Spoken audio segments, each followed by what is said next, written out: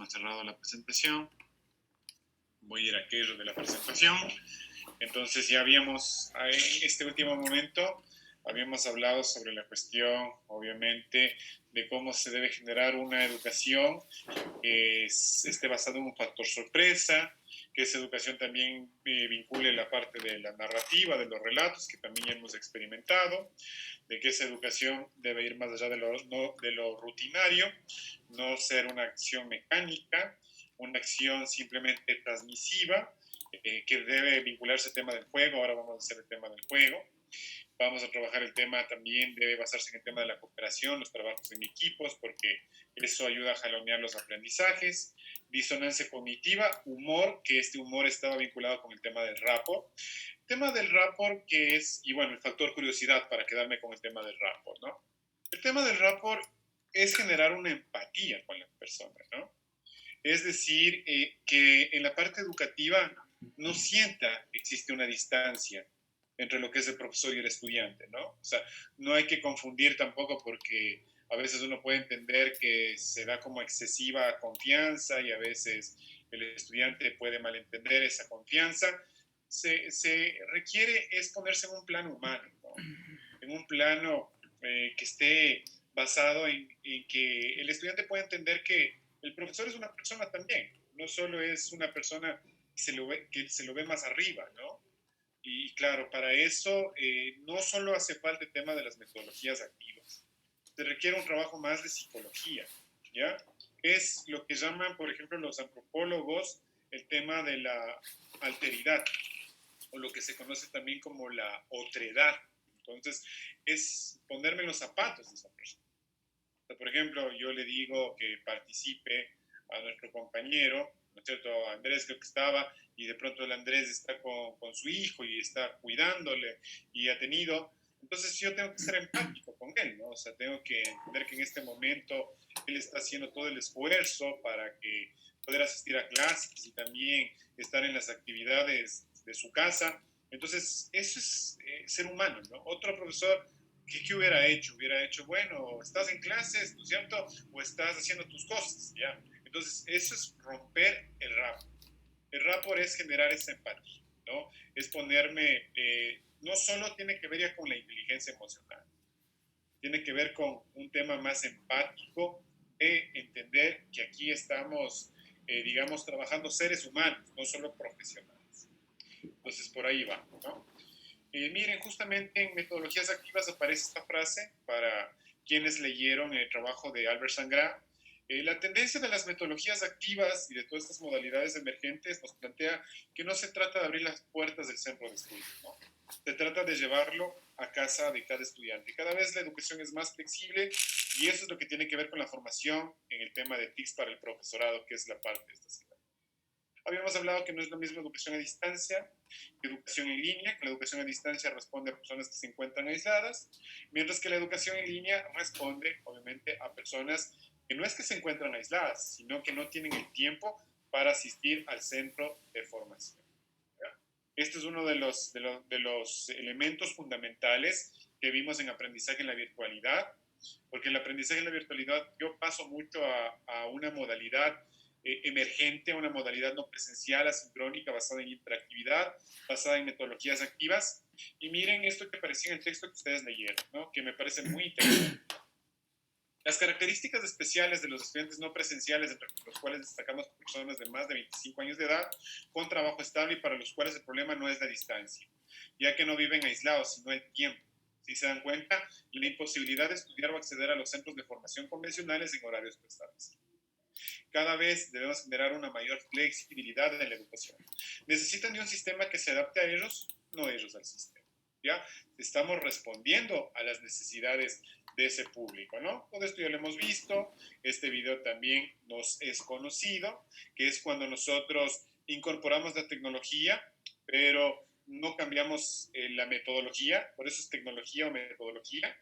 Y bueno, el paso de las TIC a las TAC a las T, que es las TIC tiene que ver con el manejo de herramientas, con una visión más artefactual, las TAC tiene que ver con una visión pedagógica, didáctica de las tecnologías, y las TEP tiene que ver con el manejo de esas tecnologías, pero para procesos sociales. para generar procesos de desarrollo en comunidad, en el contexto propiamente. Esto ya es un overview porque lo hemos visto, ¿no? La educación debe perseguir tres grandes preguntas. El qué, que se encarga de la pedagogía, el objeto de estudio, el ámbito de estudio. El cómo, que es la didáctica, que es algo que vamos a trabajar y que ya empezamos a hacer un sondeo. Yo lo que me he dado cuenta, no sé, puede ser mi punto de vista, es que muchos profesores carecen del tema de la didáctica. Son profesores que manejan muy bien la lengua, la literatura, la matemática, la física, la interculturalidad, la educación inicial, especial, pero no saben cómo llegar a los estudiantes, ya no con rapo, sino a través de didáctica, a través de metodología, a través de procesos. Miren lo que manifestó uno de sus compañeros. Es que ahora me doy cuenta que no solo ha sido de pedir al estudiante que haga el resumen, podemos pedir al estudiante que haga el storytelling. Enseñamos a hacer el storytelling y generamos todo un trabajo académico, científico sobre esa metodología activa. ¿Y el para qué? Que tiene que ver con el enfoque y la intencionalidad. Oscar Picardo, miren acá también estoy haciendo una recuperación de lo que vimos la anterior semana, también habla de que la educación debe perseguir tres grandes preguntas. Las dos preguntas primeras ya se presentaron anteriormente. Yo creo que la tercera pregunta es muy interesante y nosotros no le ponemos mucha atención, sobre todo en estos entornos digitales. Él dice qué se aprende, cómo se aprende. Muchos de los teóricos, él es uruguayo, Oscar Picada, pero vivió en España. En España entraron mucho, por ejemplo, Anthony Baria, que a mí me gustaba mucho leerle. Los españoles empezaron en una ola de la educación alternativa, ¿no? Entonces ellos decían, no hay que ver el tema desde la enseñanza, sino hay que ver desde el aprendizaje. Entonces, en vez de decir qué se enseña, es qué se aprende, porque me ubico en los zapatos del estudiante. No digo cómo enseño, sino cómo se aprende. Pero la tercera pregunta es cuál es el entorno donde se aprende. En este momento es fundamental, porque yo les digo desde el punto de vista profesional, hay universidades que ya tienen aprobados, por ejemplo, programas en línea, programas híbridos, todos estos programas. Pero, ¿y cómo funcionan? Los mismos estudiantes me llaman a mí, ¿no? Todos los días. ¿Y cómo funcionan los horarios? ¿Y cuándo tengo que asistir? O sea, tenemos que definir cómo se trabaja la parte sincrónica y cómo se trabaja la parte asincrónica. Entonces, el entorno, ahorita ya tenemos la videoconferencia, es el Zoom, donde damos la clase sincrónica. Pero el Moodle es donde trabajamos toda la parte sincrónica. Aún así, en ustedes que son una maestría presencial, le damos un uso no tan significativo a la plataforma, al LMS. Porque si fuera una modalidad más hacia lo no presencial, tendríamos que interactuar en foros, tendríamos que interactuar a través de un chat, a través de un podcasts, a través de, no sé, cualquier tipo de herramienta. Entonces hay que entender que ahora hay otros entornos en los que también se está aprendiendo. Para ustedes estudiar no es nada nuevo. La diferencia entre educación y pedagogía reside que educación y pedagogía, las dos comparten el mismo objeto de estudio. El objeto de estudio es comprender cómo se adquiere conocimiento. La educación lo hace de forma espontánea, a través de lo no formal, a través de lo informal, mientras que la pedagogía es un acto consciente, es un acto intencionado. Por eso hay quienes llaman que la pedagogía es la epistemología de la educación. Luis nos planteó los tres modelos, ya revisamos. Modelo heteroestructurante, que es el tradicional, el modelo estructurante, que es el modelo constructivista, alternativo, de la escuela nueva, ¿no es cierto? Y el modelo interestructurante, que no está encasillado en ningún planteamiento. Y esto muchos profesores y muchos expertos desconocen sobre el modelo interestructurante, que es un modelo equilibrado, que busca que el profesor no sea ni experto ni facilitador, sino que sea mediador, que busca que el estudiante no sea receptor pasivo, pero tampoco protagonista, porque el estudiante todavía está en un proceso de formación, sino que sea un corresponsable del acto educativo. Bien, no hay innovación tecnológica si no hay innovación pedagógica. Ese es un punto que siempre venimos destacando y reflexionando. Bien, ahora entramos a la parte fuerte. Didáctica y estrategia del aprendizaje no es lo mismo, ¿ya? No son sinónimos. Voy a hacer todo mi planteamiento y toda mi justificación desde el punto de vista de Comenio, bueno, que Comenio ya está antiguo, pero también de Díaz Barriga. Si ustedes quieren trabajar temas de didáctica, les recomiendo leer a Díaz Barriga, ¿no? Hay ciertos autores que son fuertes en su campo, ¿no? Por ejemplo, Sergio Tobón es fuerte en competencias, ¿no? Estoy hablando de autores latinoamericanos. Por ejemplo, Díaz Barriga es fuerte en el tema de didáctica, ¿no? Entonces, hay sus autores para cada ámbito de estudio, ¿no? Si quieren autores fuertes en tema de tecnología, lean Andrés Germán, no mentira, lean, por ejemplo, Sangrá, Julio Cabero, ¿no? Julio Cabero es muy bueno, por ejemplo, para temas de tecnología educativa, ¿no? Otro que es bueno es Jesús Salinas, ¿ya? Albert Sangrá, ¿quién más tenemos? Oscar Picardo, tenemos algunos, entonces cada quien es fuerte en su ámbito de estudio y hay que tener muy bien mapeado. Quienes les gusta trabajar artículos científicos se llama revisión sistemática, ¿no? Siempre hay que tener mapeado los autores. Cuando yo hacía investigación, por ejemplo, de storytelling, había un autor que era Robin, que es un experto de la Universidad de Houston, Texas, ¿no? Robin era experto en temas de storytelling, entonces para mí leerle a Robin, había otro que se llama, otro autor que era, ay, se me va ahora mismo, era una española que también trabajaba temas de storytelling. Entonces cada quien es fuerte en lo suyo, ¿no? Entonces, por ejemplo, Díaz Barriga es bueno en didáctica, ¿ya? Entonces, ¿qué es la didáctica? Ya sabemos que es pedagogía. Pedagogía es una epistemología de la educación, ¿ya? Pedagogía utiliza un método científico, ¿ya? La educación no utiliza el método científico. ¿Se dan cuenta? Okay. Entonces, la didáctica se entiende como parte de la pedagogía, que estudia las técnicas y métodos de enseñanza. Algo que a mí me ha ayudado a aclararme mucho es que si yo tengo que buscar una palabra símil a didáctica, es método. La didáctica es método, ¿ok? ¿Ya? Es el método como tal. El método tiene implícito la metodología. La metodología es la suma de procesos y de pasos que me lleva al método, ¿no? Es decir, la metodología está muy clara en el campo de la investigación. Yo diría que la didáctica es la metodología de la pedagogía, ¿ya? ¿Por qué? Esto que tiene su sustento en autores, la didáctica es parte de la pedagogía, ya que estudia las técnicas y métodos de enseñanza. Es decir, que es una disciplina científica y pedagógica, ¿ya? Díaz Barriga, sobre esto, a mí me gusta esta definición de Díaz Barriga. Dice, es el arte de enseñar, ¿sí? Es un poco raro esto de decir es el arte de enseñar, pero un profesor es un artista, ¿ya? No quiero ser reduccionista en ese punto de vista.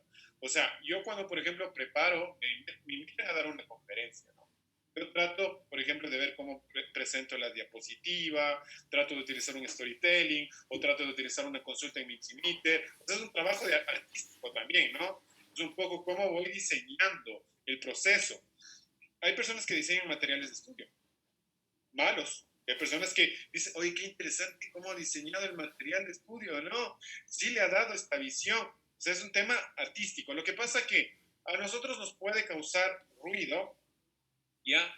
La palabra arte, porque la palabra arte no la entendemos desde su visión semántica, ¿ya?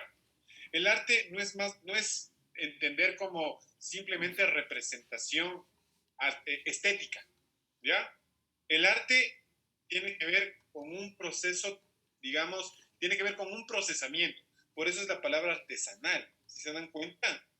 O sea, la palabra artesanal viene de arte, ¿ya? Y lo artesanal vincula una serie de pasos y de procesos. Un artesano tiene unos pasos, claro que cuando yo hago la artesanía, que también viene de artesano, ¿ya? Tengo una suma de pasos y de procesos. No solo cumple una dimensión estética, ¿ya? Como dirían los postmodernos. Entonces, Díaz Barriga nos dice que es el arte de enseñar, en donde interviene un proceso. Miren, aquí viene la palabra proceso. Proceso de enseñanza y aprendizaje para optimizar los métodos, técnicas, herramientas. ¿Ya? Ya no lo estoy diciendo yo, lo está diciendo una persona que también tiene una autoridad en este campo de conocimiento, ¿no? ¿Qué nos dice Comey? Es el padre de la didáctica, ¿no? Que es una forma de organización y de orientación del acto educativo, ¿ya?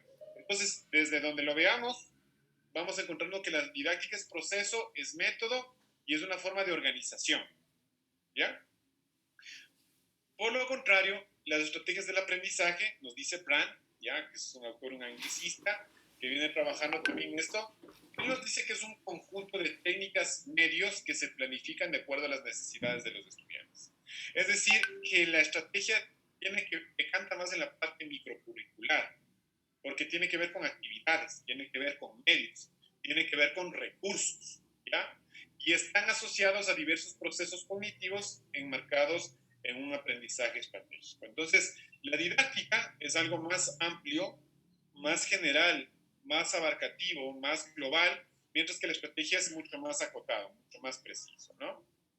Entonces, miren, a pesar de que se puede diferir dentro de los planteamientos o de las reflexiones, por ejemplo, yo he encontrado que dentro de la educación mediada por tecnologías podríamos identificar 4 didácticas.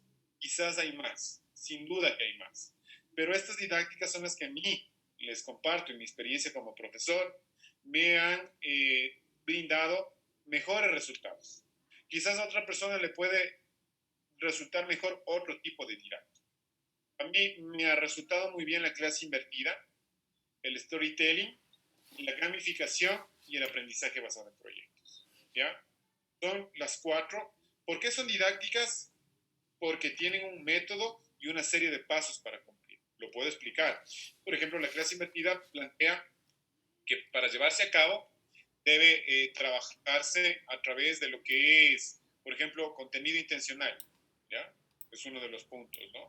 Vamos a ver los pasos, por ejemplo, que tiene la clase invertida. El storytelling, ¿qué plantea? Plantea pasos como, por ejemplo, identificar la idea, escribir el guión, redactar el guión, ¿ya? Nos van dando pasos. Son parte de unas metodologías, ¿ya? Y eso lo vamos a explicar más adelante. ¿Cuáles son las estrategias de estas 4 didácticas que coinciden que las 3 generan un autoaprendizaje, un aprendizaje autónomo, generan aprendizaje interactivo porque permiten el feedback y la retroalimentación y generan un aprendizaje colaborativo? Se pueden trabajar de forma colaborativa. Bien, todas estas didácticas o metodologías activas, ¿qué quieren atacar? A la clase expositiva. ¿Ya? Quiero romper con la idea de clase expositiva. ¿Ya? Todo esto va en contra de lo que es la clase transmisiva, como habría dicho Aparici Silva, ¿no? Como diría dicho Luis Nott, el modelo heteroestructurante, para que sea un modelo más de tipo interestructurante. Hasta aquí preguntas, dudas, inquietudes, queridos amigos, o planteamientos, reflexiones, lo que ustedes consideren, ¿no? Aquí estamos para generar un aprendizaje basado en el interaprendizaje, valga la redundancia. ¿Dudas, preguntas, inquietudes? Está clarito, pues, me parece, ¿no? Ah, bueno. Ya. ¿Qué recomendaciones, como una especie de intersticio, yo suelo hacer para que una persona pueda aplicar en poco tiempo, ¿ya?, una clase activa, sin necesidad de poder conocer estas metodologías? Primero, contextualizar la clase. Siempre es importante contextualizar la clase. ¿Qué vamos a aprender? ¿Por qué es importante aprender? ¿Se acuerdan que cuando nosotros iniciamos este módulo, yo les decía cuál es el problema que queremos resolver? ¿Cuál es el aporte? ¿Cuál es el objeto de estudio? ¿Cómo diferencio en lo que no tienen que ver con esto? Pero esa contextualización no puede ir más allá de 10 minutos. ¿Ya? Porque si yo tomo más de 10 minutos, la atención empieza a caer en picado. Experimenten estos pasos que les digo y me cuentan algún día cuando me inviten a Cuenca y así ya me quieren llevar allá. Ya estoy ofrecido, se dan cuenta, ya estoy de Galaripo, ¿no? Bueno, no sé, pero donde ustedes vivan, porque no todos están viviendo en Cuenca, ¿no? Ya me han de contar, ya me han de invitar a la graduación, ¿no es cierto? ¿Ya? O todavía el rapport no llega todavía el rapport lo suficiente. Bien, entonces, más o menos nomás dicen, ¿no? Estos son unos bandidos, ¿no? Bien, entonces contextualizar la clase, ¿ya? No más allá de unos 10 minutos en la contextualización de la clase. Luego de contextualizar la clase, esto se lo puede hacer ya. Pausa didáctica. Yo les hablo mucho de la pausa didáctica. La pausa didáctica es cuando les digo, a ver, ¿entendieron? ¿No entendieron? preguntas, inquietudes, es para que toda esa información se vaya asimilando, vaya reposando en la estructura cognitiva. Y esa pausa didáctica suele estar bien acompañada de la mayéutica. La mayéutica es generar preguntas, ¿ya? Generar, ¿qué entendiste esto? ¿Cómo entendiste esto? ¿Ya? Porque ahí doy el espacio de que mi información no entre en grandes bloques. Luego, hacer uso de una historia, hacer uso de un relato. Ustedes ya saben armar storytelling. Les voy a enseñar a manejar el storytelling con el manejo audiovisual, a ustedes también. Mañana, si quieren, hacemos un storytelling tipo video. Si han de querer hacerlo o no han de querer hacer, o ya saben hacer. Así son ustedes. Bien, entonces, utilizar un relato. Este relato no necesariamente es un relato digital. Puede ser un relato narrado. ¿Ya? A ver, ¿alguien más me quiere contar qué recuerda de algún profesor que le haya impactado tanto y que hasta ahora esté, digamos, en su memoria a largo plazo? ¿Qué hizo ese profesor? ¿Qué le enganchó? Lo que llaman los gringos del engage. ¿Quién quiere participar? Porque nos habíamos quedado en esa parte también. Y ahorita estoy utilizando, ¿se dan cuenta cómo estoy utilizando mi propia metodología crítica? La estoy utilizando para eso mismo. Si se dan cuenta, no solo hay que ser, sino parecer también, dicen, ¿no? A ver, ¿quién me cuenta alguna experiencia memorable de ese profesor? ¿Quién se anima, pues? Saida parece que está con ganas de contar algo. Saida, ya por pedido de Cristian. Cuéntenos. Gracias, estimado Cristian. ¿Ya no está en la playa? ¿Sigue en la playa o no sigue en la playa? Ya ves, estoy ya con buzo, ya regresé el frío a Cuenca. Ya, está por ahí. Sí. Chuta. Yo tenía un profesor en el colegio en el colegio creo que siempre fui un poco rebelde. Entonces, nunca entraba a clases y eso era un problema. Casi pierdo el año también porque nunca entraba a clases y sí, porque las clases eran muy aburridas. Entonces, ningún profe hacía como que algo, ¿no? Para que yo me quede en clases. Pero había un profe de física, me acuerdo, que no había entrado como unas 4 clases con él. Y una vez en el recreo es como que se detuvo y trató de conversar conmigo, pero no preguntándome directamente que por qué no entraba a clases, sino más bien preguntándome que cómo estoy, que como más mis gustos y esas cosas. Entonces, yo comencé a hablar con él y él como que me abordó por ese lado, entonces me pareció ya como que más interesante y luego solo me dijo como te invito a que escuches un día la clase, no como que tienes que entrar sí o sí. Entonces desde ahí entré a la clase y todo eso. Siempre me gustó mucho lo de las montañas, entonces él trataba de aplicar los ejercicios, cosas de montañas, de altitud y eso. Entonces me enganchó full con eso y desde ahí me acuerdo porque él me motivó también a hacerme andinista y pues siempre me acuerdo de él y ya lo tengo muy presente en eso, que fue el único como que trató de hacer algo diferente, ¿no? Y no de exigirme que ingrese a la clase, sino como que me hizo una invitación y trató de conectarse más con las cosas que me gustaban. Interesante. Gracias, mi estimada Zaida. Es decir, que ya no solo se fue a la parte doctrinaria, ¿no? No solo se fue a la parte técnica, ¿no? Sino que de alguna forma, pues, ya trabajó una parte más emocional, ¿no? ¿Alguien más nos quiere compartir alguna otra idea? ¿Alguna otra experiencia para un poco entender la parte del engage, la parte de las metodologías activas?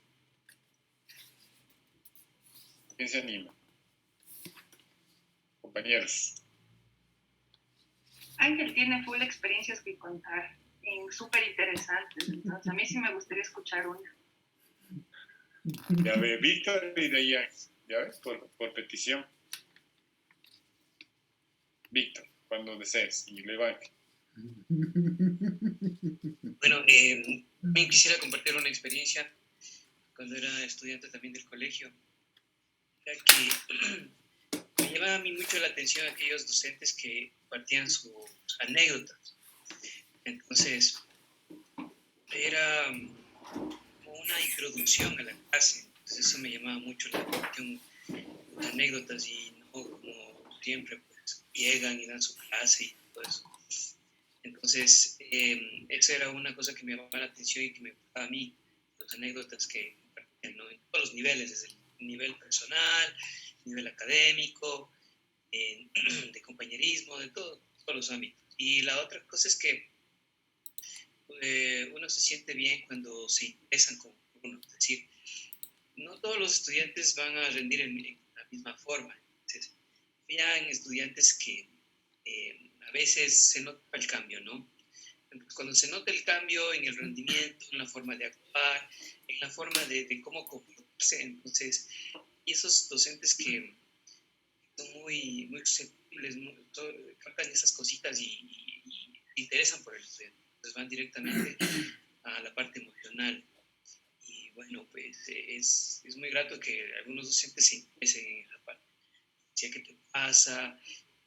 Y trataban de llegar de ayudar de alguna forma, si tal vez tenían algún problema en la familia, en la casa, compañeros, o tal vez alguna relación. Entonces, era muy, muy interesante en esa parte. Eso yo creo, como para compartir con ustedes. Muchas gracias, muchas gracias. Ahora sí, Ángel, vamos, estamos en el momento más vivencial. ¿O no ha tenido? Digamos, todos los profesores han sido bravísimos, malos.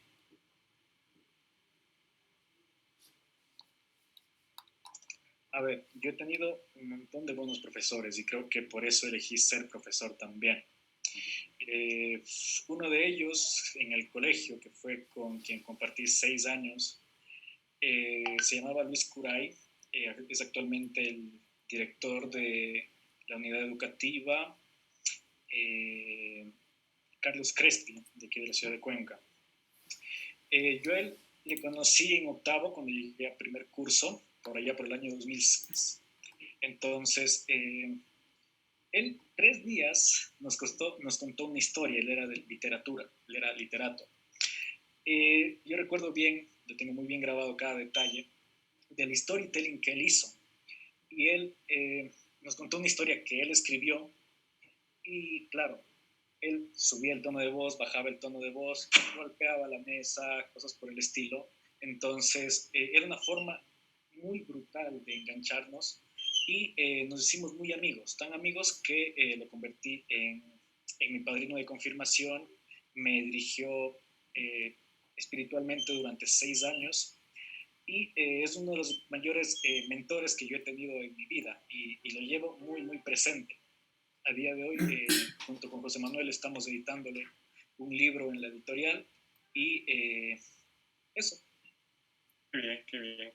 Muchas gracias. Así que ya Zaida ya se le fueron las ganas de poder conocer su historia, porque ella estaba muy interesadísima. Ella quería establecer un rap por ahí con la parte del storytelling. No seas cizañoso, por favor. No, para nada eso. Estoy generando un clima de confianza óptimo. Estoy utilizando las metodologías activas, ¿no? Es parte, digamos, de ese lenguaje subliminal y oculto que también hay que manejar. Bien, entonces agradezco ese trabajo, también ese compartir de experiencias, porque eso nos muestra o nos indica en lo que estábamos poniendo en la presentación, que voy a compartir la presentación, que se comprende cómo establecer un relato digital. El relato digital o el relato puede ser analógico, permite generar una educación activa y vivencial. Por otro lado, es generar interactividad. ¿Han visto cuando yo les pongo este tema como Mentimeter o cuando les pongo el tema de Kahoot? Es un poco generar esa participación de que el estudiante también esté activo, ¿no? De darle un paso de lo que sería una acción pasiva a una acción activa, e involucrarlo. Cuando ustedes, por ejemplo, les digo, a ver, hagan el storytelling o hagan, por ejemplo, el tema del Padlet, ustedes están trabajando, ¿ya? No solo están recibiendo información. Luego, creación de grupos de trabajo, porque en los grupos discuten, debaten, llegan a consensos y ven que la clase se va así cuando estamos trabajando en grupos, ¿no es cierto? Y pues tenemos otro elemento que es el aprendizaje basado en proyectos, ¿ya? Que tiene que ver con un aprendizaje concreto y aplicado. ¿Hecho? Entonces, cuando yo hablo de proyecto, no estoy hablando del tema, objetivo, marco lógico, presupuesto, no le entiendan al proyecto de una manera tan estructurada, sino es poder llevar a cabo algún tipo de proyecto. Para mí el proyecto será que podamos hacer un aula gamificada, que vamos a hacer una tarea de aula gamificada, o el proyecto es que el estudiante haga un storytelling sobre su asignatura. Ese es el proyecto dentro del contexto. ¿Alguien cree que a estos 6 principios, que solo es una recomendación, le ha funcionado algo más y les quiera compartir? Que compartamos, yo les comparto mis experiencias. Ahora me gustaría que ustedes digan, mira Andrés, yo también he utilizado esta cosa de acá y me funciona muy bien y creo que sí debería considerarse. ¿A alguien le ha funcionado algo más que no esté acá? Por ejemplo, ¿qué le suele dar buenos resultados con sus estudiantes? ¿Quién quisiera compartir? Seguimos dialogando, estamos en metodologías activas. Bueno, yo les puedo compartir algo. Yo en este momento soy docente de matemática y creo que es una asignatura bastante, digamos, complicada. Incluso llega a tornarse un poco hasta pesada para los estudiantes. Tienen como digamos, no les gusta a los chicos, entonces, y bueno, soy docente también de estudiantes de 9º y 10º que están en su plena adolescencia. Es complicado realmente, primero, conocerlos, y eso es lo que debo hacer para poder llegar a ellos, porque caso contrario, no me van a parar bola nunca. Entonces, lo que yo con ellos, antes que exigirles, antes que pedirles que trabajen, que hagan una tarea y todo eso, me ha gustado siempre con ellos empezar por conociéndoles sus gustos y sobre todo con el humor, así con los juegos. Entonces eso me ha funcionado muy bien porque, o sea, ellos en realidad me demuestran trabajo y cuando formo equipos también, forman el trabajo colaborativo, también lo hacen y trabajan todos. Y bueno, mis compañeros que tienen otras asignaturas como estudios sociales, lengua, inglés, siempre me preguntan, o sea, que cómo es que yo les hago que trabajen los chicos y bueno, pues yo les digo que realmente ellos deberían de escucharles primero para que sepan cuáles son sus gustos y todo, y también darles un espacio para que ellos se desahoguen y todo. Pero bueno, no sé si de pronto no hay esa comunicación, no hay esa conexión que debería de existir también los profesores con los estudiantes, entonces no, a ellos no les funciona, pero a mí me ha ido muy bien. Muy bien, muchas gracias Beatriz. Nos quiere decir que el tema del juego, ¿no? El tema del humor también, que también ya nos había explicado el Chema. ¿Alguien más nos puede compartir algún otro tipo de práctica positiva, algo que les guste a los estudiantes? Cómo poder hacer ese paso de la clase expositiva, tradicional, heteroestructurante, a una clase más vivencial, más experiencial, que es justamente lo que hemos visto en las lecturas y en las teorías, ¿no? En la parte de Kolff, con el tema de Dewey, con el tema de también Luis Nott, ahora con los autores de Aparici, con el tema de Picardo. Vamos teniendo ya una suma de autores que nos van dando una serie de planteamientos. ¿Bien? Ahora vamos a empezar. Tengo una pregunta.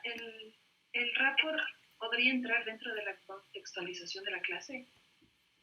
No necesariamente. Sería como un elemento que no estaría ahí, pero estaría implícito. Sí, es que el rapport puede trabajarse de manera transversal, porque el tema de la contextualización de la clase es como dar una mirada, ¿no? Un acercamiento. Lo que dicen, me parece que los gringos a veces tienen unas muy buenas palabras que son como muy directas, ¿no? Es como dar un overview, ¿ya? Como, no sé, es como una visión general, ¿ya? Entonces, pero claro, tú puedes hacer un rapport ahí mismo Por ejemplo, depende cómo lo utilices, ¿no? Yo puedo empezar a contextualizar la clase. Voy a poner un ejemplo, ¿no?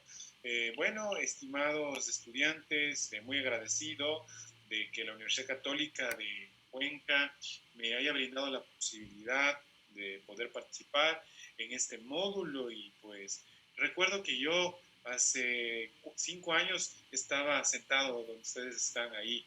Yo era estudiante y me esforcé y pues tenía muchos anhelos, tenía muchas ilusiones y ahora puedo ser profesor de la universidad.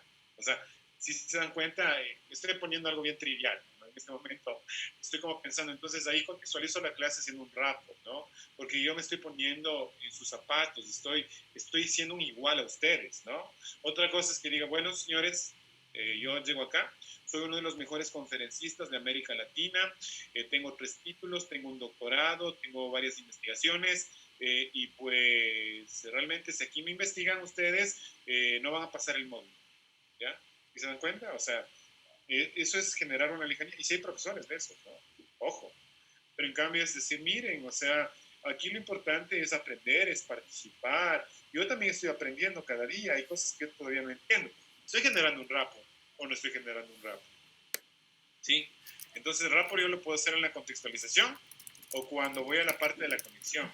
Les cuento que cuando yo era joven no tenía para comer y realmente yo estudiaba en las noches. ¿Ya? Estoy generando también una especie de un rapport porque me estoy poniendo en un lado humano. ¿Ya? Entonces, en cualquier momento yo puedo establecer un rapport. ¿Sí? Es como genero una empatía, como genero una confianza. Porque esa confianza es la que me va a hacer, como dice Ángel, que luego sea mi mentor y sea la persona que le involucro en mi vida. ¿Sí? Entonces tiene que ver con la cuestión emocional, con la cuestión hasta psicológica, ¿no? ¿Sí? O sea, los profesores tenemos que a veces también tener unas ciertas habilidades ahí también, un poco también engañosas, lo digo en el buen sentido, ¿no? Incluso hasta motivar a la gente. Sabemos que ya a una persona no le va bien, pero tenemos que motivarla, ¿ya? Entonces no le vamos a decir, mira, tú no sirves para esto, ¿no? Más bien hay que jugar en la parte psicológica, la parte psíquica, ¿sí? Sí, les conté pues de esa historia del joven Tomás Alva Edison, ¿no? ¿Sí se acuerdan? Que en la escuela le habían dicho a la madre que ese niño era tonto, más o menos, más o menos. Y la mamá le ocultó durante mucho tiempo y le dio mucha confianza. Y miren ahora quién es Tomás Alva Edison. Bueno, quién fue Tomás Alva Edison, porque ya no está en este plano terrenal, ya está en otros planos. Bien. ¿Quién más? ¿Alguna pregunta? ¿Alguna reflexión? Justo, ¿no? Ese mensaje subliminal. ¿Alguien más? ¿Alguna pregunta? ¿Alguna duda? ¿Alguna inquietud? ¿Sí? ¿Así ha de ser? Bien. Vamos a lo que es el aprendizaje. ¿Quién me cuenta? A ver, pero me parece que aquí hay una actividad. Ya. Vamos a hacer una actividad interactiva. ¿Sí se dan cuenta cómo estoy utilizando los principios que acabo de decir? Vamos a hacer una actividad interactiva. Ya. Hasta aquí dudas, preguntas, inquietudes, quejas, críticas. ¿Algo que quieran expresar? Voy a activarles la actividad interactiva. Bien. No es necesario que lo busquen en internet, porque como ya hemos visto desde la visión de Ausubel, lo importante antes de iniciar una clase, podemos hacer una evaluación de conocimientos previos. ¿Qué es lo que el estudiante conoce sobre aquel nuevo contenido, sobre aquel nuevo material que quiero trabajar? Entonces, por favor, les voy a compartir un link, niños y niñas, para que en unos 5 minutos, exagerando, ustedes puedan responder en 5 palabras sencillas, 5 ideas muy sencillas, ¿ya? Les pongo a través del chat de Zoom y también si quieren a través del chat, hay gente que utiliza a través del WhatsApp, a través del WhatsApp de la maestría. Entonces, la actividad en este momento es que en 5 palabras, sin buscar en internet, puedan definir lo que entienden como aprendizaje invertido. Estoy haciendo interactividad, ¿se dan cuenta? 5 palabras, ¿ya? 5 palabras asociadas. Por ejemplo, es como si yo diría, ¿qué es capitalismo? Me estoy inventando cualquier palabra. Ustedes pueden poner acumulación, modelo, libertad. ¿No? Me estoy inventando, no estoy en la parte ideológica en este momento, ¿no? ¿Qué es, por ejemplo, no sé, familia? Son 5 palabras simples, no palabras complejas. ¿Dudas sobre esta actividad? Lo que hay que hacer en esta actividad, en cada casillero hay que poner una idea asociada a lo que ustedes puedan entender como aprendizaje inverso. Así que, adelante, amichis.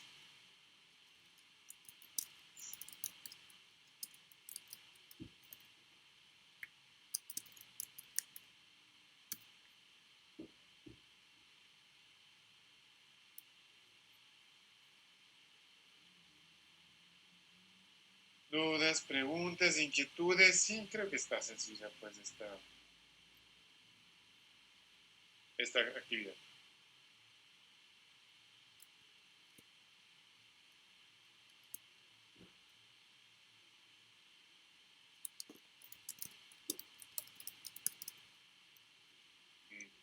Sigan, para que vayan echándole cabeza, ¿ya?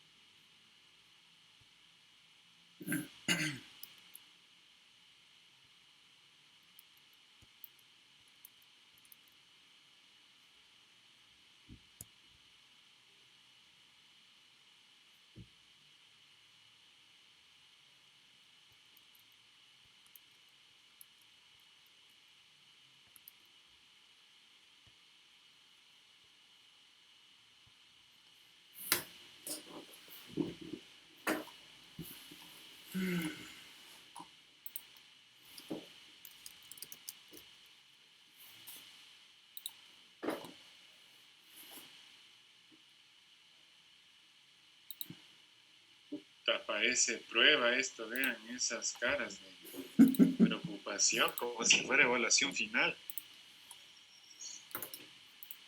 Bien, bueno, es un ejercicio corto, ¿no? Y dicho de paso, mientras ustedes están resolviendo, eso es involucrar una metodología activa, ¿no? Yo dejo de comenzar. ¿Qué estoy haciendo ahorita? Generando una pausa didáctica, estoy generando una interactividad, y así el tema es como más fácil de llevarse a cabo la clase, ¿no? No va a ser una clase tan densa, ¿no? Tan espesa, tan pesada, ¿no? Bueno, intentamos, ¿no? Ya porque ya con eso, con esa comunicación no verbal de Ángel ya me dice que ya no ha sido así. Bien, comunicación no verbal también hay que manejar eso. A mejor se va.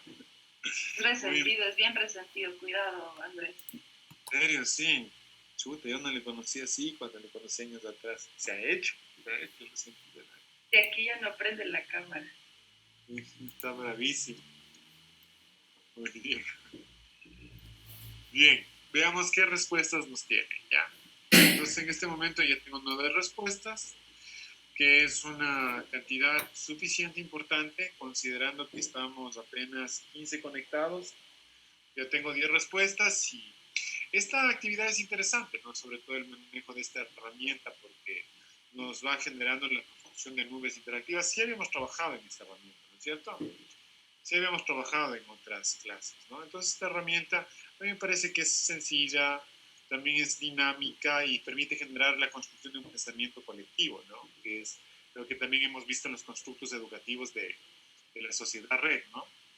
Entonces, lo que yo ya puedo interpretar como profesor es que para ustedes el aprendizaje invertido es colaboración, ¿ya? Es investigación, ¿ya? Es un ambiente de aprendizaje, es una aula, es un trabajo en clase, es una estrategia, es un método. También nos plantean que es, ¿qué más? Por ahí, conectividad, coevaluación, autonomía, ambiente de aprendizaje. Nos dan algunas ideas asociadas a lo que es este trabajo, ¿ya? Y por ello les quiero felicitar, les quiero felicitar. Porque es, sí, tiene que ver con algunos elementos de los que ustedes han planteado, ¿no? Pero en este momento, ¿sí?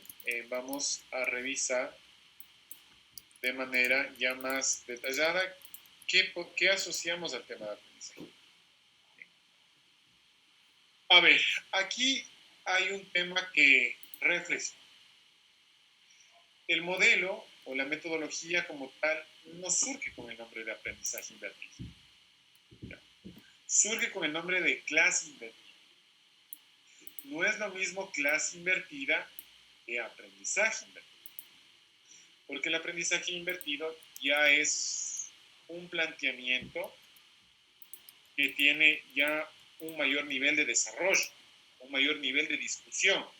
Es decir, que ha evolucionado de cuando surgió en el año 2007, porque vamos a ver un poco las bases de la clase invertida. Entonces, si nosotros llamamos modelo o metodología, no hay, digamos, dificultad. Se entiende lo que se quiera hacer. Para el Instituto Tecnológico de Monterrey, que tiene un muy buen observatorio de educación, se llama EduTrends, es el observatorio del TEC de Monterrey, recomiendo que ustedes puedan revisarlo. Tienen muy buenas publicaciones. El observatorio EduTrends del TEC de Monterrey, bueno, nos dice que la clase invertida, ¿sí?, es un modelo de enseñanza que pone énfasis en el trabajo del estudiante fuera del aula de clase. Ya este término es algo muy revolucionario en la parte de educación, porque imagínense, en un modelo tradicional, pensar que la educación va más allá de fuera del aula de clase es totalmente disruptivo, ¿ya? Hay profesores puristas que piensan que el aprendizaje solo se da en el aula. Y gran parte de nuestros políticos en esta decisión apresurada de regresar a clases, ¿ya? Yo sé que también responde que hay ciertos contextos educativos donde no tienen conectividad, es porque piensan que la educación no se hace en otro lado que no sea en la clase. Y la pandemia nos ha dado lecciones maravillosas, ¿no? Saber que sí se puede generar enseñanza, sí se puede generar proceso de aprendizaje de forma remota. Como dice Albert Sangrán, la diferencia entre una clase presencial y una clase virtual es el cambio de medio. Eso lo dice la lectura, no sé si lo recuerdan, ¿no? Regresando al tema de la clase invertida.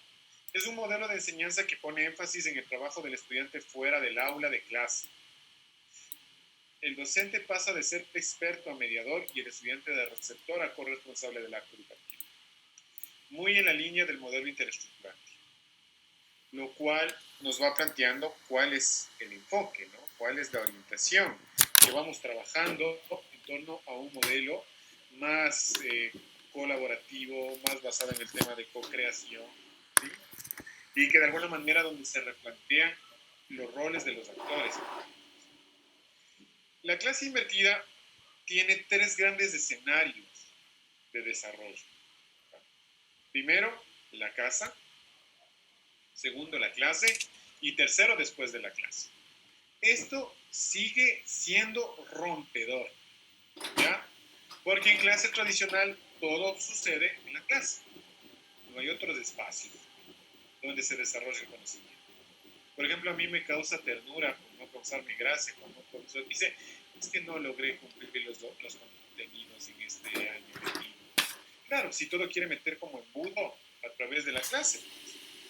Entonces, lo que nos deja este modelo es que hay que racionalizar y redistribuir los contenidos en otros contextos y en otros escenarios. Por eso, Oscar Picardo nos decía cuál es el entorno que vamos a trabajar. Es decir, que no solo hay un solo espacio, hay varios espacios para poder trabajar. Y ustedes ya se han dado cuenta con esta experiencia de la clase en el contexto de la pandemia. Bien, vamos un poquito de historia. Ya ven que voy a utilizar un poco el storytelling de forma sutil. El Flipped Classroom nace un buen día, así para hacer tipo storytelling, ¿no? Nace en el año 2007. Es decir, que no es una metodología reciente. Más bien ahora, con todo este tema de la clase en confinamiento, es que el modelo Flipped Classroom, que es la traducción de clase invertida, ha tomado mucha fuerza. Nace en el año 2007. No nace ni en una universidad, ni en un centro de investigación. Nace en un instituto en Woodland Park, en la ciudad de Colorado, en los Estados Unidos. Surgió de una forma muy inocente, ¿no? Cuando me refiero de forma muy inocente, quiero decir que surge en un instituto de clases nocturnas. Con eso terminamos la clase, ¿ya? Para que vayan tranquilos, ¿ya? Mucha información ha sido para el día de hoy. Surge en un instituto de clases nocturnas. Los profesores Jonathan Berman y Aaron Sams se encontraban con la dificultad de que sus estudiantes reprobaban. Pero reprobaban es porque muchos de ellos, al estar en un instituto nocturno, no podían asistir a las clases. Entonces, al no asistir a las clases, no podían seguir todos los contenidos y había un alto nivel de deserción y de pérdida. Entonces, los profesores decidieron idear alguna práctica, alguna metodología que les permitan solventar. Y dijeron, ¿por qué no grabamos las clases? Miren, justo algo que estamos diciendo ahorita en el Zoom. Grabemos las clases y preparemos material de apoyo a través de diapositivas. Y los estudiantes que no pueden ingresar, subimos la clase, subimos el material. De tal forma que las personas que no podían asistir a la clase a tiempo real, síncrona, lo podían mirar desde sus casas. Y luego hagamos tema de práctica, o sea, que también ellos puedan entender los procesos a través de la transferencia en contextos reales. Eso generó un gran aporte y una gran revolución, porque desde ahí se entendió que ya no solo es el aula de clase el espacio donde yo me formo, sino que también existe el trabajo que se consolida en la casa, que se consolida a través de plataformas, porque las plataformas virtuales, el uso de videos jugaron un papel preponderante. El estudiante lo podía ver de forma flexible en tiempo diferido. Muy parecido a lo que pasó en aprendizaje en la virtualidad. De forma flexible, de forma sincrónica.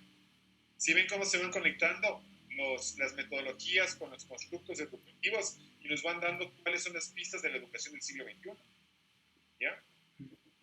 Entonces, esto de hacer videos y diapositivas generó un aporte de estudiantes que faltaban a clases. Todo esto llevó, con esto termino, a que la clase invertida empezó a desarrollar un corpus de ideas que se convirtieron en sus basamentos y en sus principios. Entonces, se desarrolló 4 fenómenos muy interesantes. Primero, que los estudiantes llegaban a ser más participativos. Obviamente tuvieron un mejor resultado en el siguiente ciclo porque ya no perdían muchos estudiantes. Eran más participativos porque el material que veían en casa lo analizaban, lo reflexionaban y cuando llegaban a la clase, al tiempo sincrónico, debatían, participaban. Luego se generaba mayor interacción porque en la interacción se generaba debate, se generaba reflexión, se generaba un conocimiento, como decía Aparici y Silva, basado en la co-creación. La interacción, la interactividad, miren cómo se sigue conectando con los conceptos que acabamos de ver. Luego desarrollaron competencias tecnológicas, porque tenían que acceder a la plataforma, tenían que hacer actividades vinculadas con herramientas, como nosotros estamos diciendo ahorita con el tema del Padlet, con el tema del eBooks, con el tema del SoundCloud, con el tema del Audacity, el SoundCloud lo hemos utilizado. Y eso generaba un aprendizaje flexible. Miren, el principio de Albert Sangrao, flexibilidad. ¿Okay? Hasta aquí preguntas, dudas, inquietudes, niños y niñas del Ecuador y sus alrededores. ¿No? Bueno, sin más, avancen con las lecturas de este bloque y nos vemos mañana. See you tomorrow. ¿Ya? ¿No quieren quedarse? Bueno, entonces nos vemos mañana. Descansen, ¿ya? Cuídense. Chao, chao.